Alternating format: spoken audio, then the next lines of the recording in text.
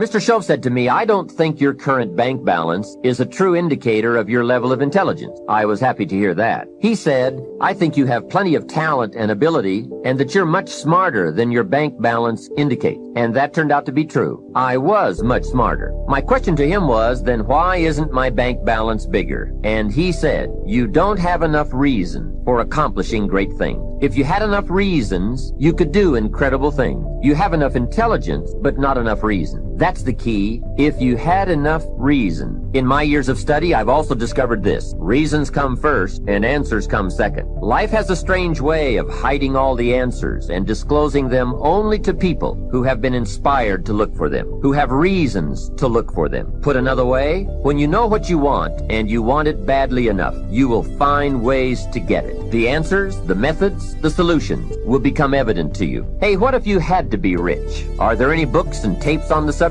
The answer is yes. There are plenty of good ones. But if you don't have to be rich, you probably won't read the books or listen to the tape. What drives us to find the answers is necessity. So work on your reasons first, answers second. Now, what are some of the reasons for doing well? It varies from person to person. I'm sure that if you did a little soul searching, you could come up with a fairly strong list of reasons why you want to accomplish great things. There are personal reasons, sometimes uniquely personal reasons. Some people do well for the recognition. Some do well because of the way it makes them feel. They love the feeling of being a winner. That's one of the best reasons. My mom this morning knew I wasn't feeling good. She goes, "Honey, you need to cancel that talk." I'm like, "Mom, I can't cancel on these people." It's like, "You work so hard. Why does it matter?" I go, "Mom, I'm helping them." She goes, "Oh, then you need to go." Because they're about service. Okay, so in your life, I'll go a little bit more here, you guys. In your life, if you combine understanding your mess can be repurposed, understanding I'm just like you, understanding the RAS, understanding changing your identity, understand bending time, you have a shot. Combined with this industry, combined with the information you're getting. But if you don't change your identity, do you know how many people I've had as friends that got wealthy that aren't anymore? More than I have that are still wealthy. Do you know how many friends I have who lost a lot of weight and got in shape and aren't in shape anymore? Do you know how many friends I have that had a great relationship and marriage that aren't in that relationship or marriage? Does this sound familiar to you? You want to know why? Their internal thermostat pulling all that crap back. I ain't going back. I know where I am. I got to change that thermostat. By the way, you change the thermostat through your association. Change the thermostat. By the way, associations are reading books, following people on social media, listen to their podcasts, their audios, all that stuff. Subscribe to my podcast. It's on iTunes. Listen to my YouTube. It's all free. I make no money. This is work. My podcast cost me about $1 million. I do it to help people. I'm here today to help you. I was paid to be here today, but it's one of the only things I do to get paid anymore, to help you. I'm here to help you. I'm here to change your life. I spent the first 45 years of my life building my legacy and my dream, and I want to spend the second half helping other people build theirs. I feel like it's my calling and my mission in my life is to help people. It's sort of my form of ministry. I trickle God in there just a little bit, but not enough to be offensive. I give people the tools, skills, and inspiration to do it. I want to change the world. I want 1 billion people to change their lives and be a force for good. And let me explain to you why. I think the world is more screwed up and divided than it's ever been in the history of mankind. You're either a Democrat or a liberal or a Republican or a this or a that or black against white. If you in our country right now, evidently, if you're a white male, your enemy are brown people who are coming across our border, right? If that's not your enemy, then if you're a Christian, your enemy is a Muslim. If that's not your enemy, then if you're black, your enemy is white privileged males, right? By the way, really your enemy, if they're a Christian, white privileged, successful, married male, then they're really bad guys, right? And what we do is we enemy each other constantly in this world. We're more divided than we've ever been. People are broke. They're struggling. They want to blame somebody. The bottom line is people don't like their lives. They're not happy with their lives. They're looking for someone to blame. Politicians, Trump and Obama, I don't care who you like, they're both incredible at getting you to subtly blame someone else for your conditions. Those are confidants, and every person, not just every leader, every person needs a few confidants in your life with whom you can be transparent,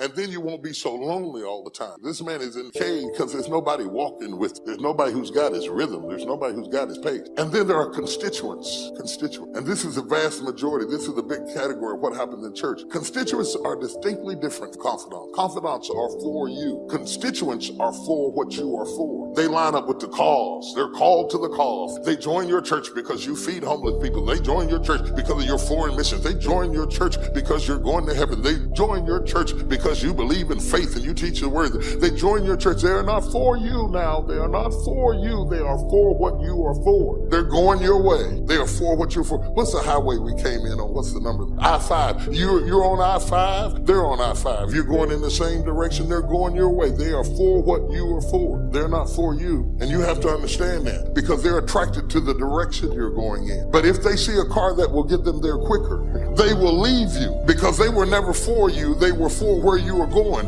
And if somebody else can get them there quicker than you, they will hop out of your car and dive into their car and go down the road because they were never attracted to you. They were attracted to your direction. And these are constituents. They are for what you are for. And there's nothing wrong with that. It's nothing wrong with that until you mistake a constituent for a confidant. And you have a personal relationship with a public person and you think they are there for you, and they were never there for you. They were there for what you were for. And then there are comrades. The third category is comrades. Now, comrades are not for you, and they are not for what you are for. They are just against what you are against. They're comrades. They are attracted to you because you have a common enemy, and they will be with you as long as the fight exists. But when the fight is over, they are gone. It's like the past election. I'm going to be very careful because we get in politics, we'll all be fighting. In the past election, when McCain and Hillary Clinton got together to attack Obama, McCain and Clinton wouldn't get together about nothing except they were both against Obama. Sometimes people only join you because you have a common enemy. They're comrades. They're with you in the struggle. And in the trenches, they're wearing your uniform. But when the fighting stops, you will be attacked in your own foxhole. If you bring a comrade too close to you, when your comrade gets through shooting at who you're shooting at, they will shoot you.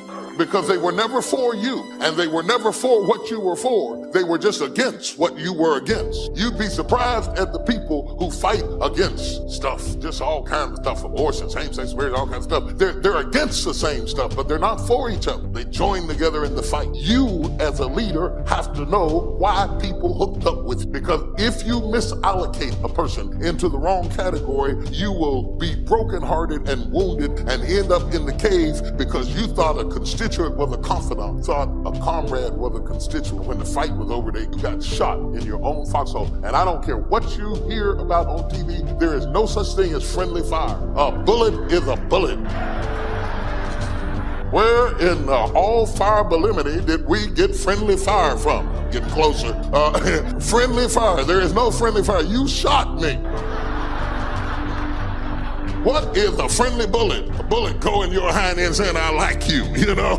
Whoa, you know, what's up with that? Because success without fulfillment is the ultimate failure. Who's with me on this, right? You make everybody else feel great. I mean, it's a horrible example. I hate it, but we all know an extraordinary spirit that took his own life just recently. Probably lit up more human beings than almost anybody alive when it comes to humor and joy. He made everybody else feel happy but himself. It's sad. You don't want that to be you. If there's any gift he can give besides his joy is the evidence of what you don't want to move towards. Nobody in this room is going to move towards that, but we do it at a little level. We die a little bit along the way by giving up what we really desire and believe in. And my goal is to make sure to see if we can wake that up. So, and by the way, fulfillment is as unique as there are people. Achievement, there's laws, right? You do this. Money, there are laws. Your body, there's laws. We all have biochemical, special, unique identities, but there's certain fundamentals. If you do them in mass, you're going to be overweight. If you do them differently, you're going to be fit and strong. Same thing with money. But fulfillment is as unique as art. Art is what one person thinks is beautiful, somebody else can think is ugly, and that's perfectly fine. Have you ever gone to an art museum and you see this big red square and they go, $10 million. You go, you gotta be kidding me. $10 million for that freaking square? I'll draw you a square. But someone else, no, look at the texture, the taste, the flavor. I can taste the paint from here.